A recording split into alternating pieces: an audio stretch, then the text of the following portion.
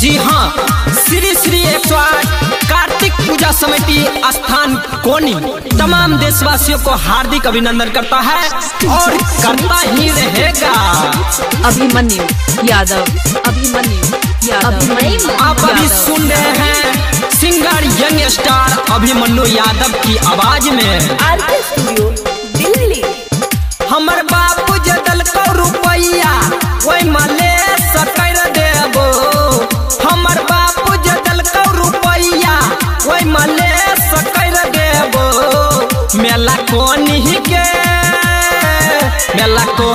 के नहीं घूमे भी कोई फुटा तके सकर देबो। मेला कोहनी के नहीं घूमे भी बजर खसुआ तके सकर देबो। हमर बापू जदल को रुपैया वही मले सकर देबो। मेला कोहनी के नहीं घूमे भी कोई फुटा तके सकर देबो। मेला कोहनी के नहीं घूमे भी बजर खसुआ तके सकर देबो।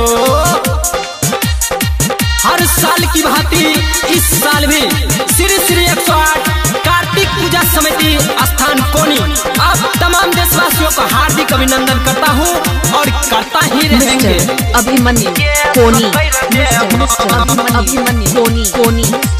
मेला लगल छे सैया हमारा घुमाई दो, निर्मली बाजार से सारी हिलाई दो। मेला लगल छे सैया हमके घुमाई दो, जे हजुआ पार्टी से मेला पहुँचाई दो। बात मनवा नहीं हमर तो कोर्ट में पेश कर देबो। बात मनवा नहीं हमर तो कोर्ट में पेश कर देबो। मेला कोहनी के नहीं घूमे भी कोई फुटा तके सकर देबो।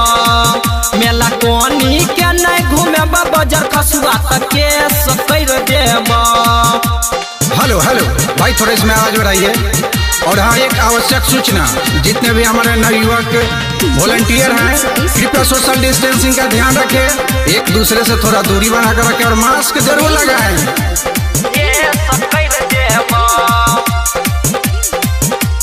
अहू चलू सैया संगे बहिंदल पगड़िया, मेला घुमाई दो कोनी नगरिया।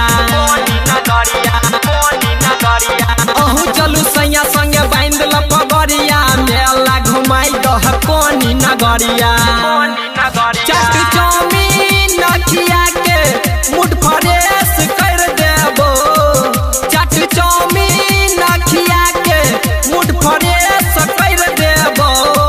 मेला कोहनी के नहीं घूमेब कोई फुटा तके सकर देबो। मेला कोहनी के नहीं घूमेब बजर खसुआ तके सकर देबो।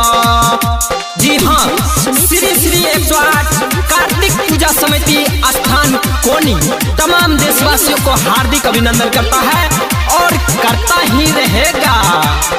अभिमन्यु यादव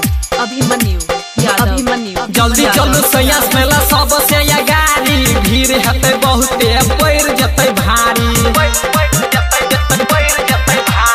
जल्दी चलो सैया मेला सबसे या गाड़ी, भीड़ हेतै बहुते पैर जतै भारी। गायक अभिमन्यु यादव के मैसेज कर देबै, वीरेंद्र सुरेंद्र दुरुसा के मैसेज कर देबै। मेला कोहनी के नहीं घूमेब कोई फुटा तके सकर देबो। मेला कोहनी के नहीं घूमेब बजर खसुआ तके सकर देबो। मिस्टर अभिमन्यु कोनी, मिस्टर अभिमन्यु कोनी।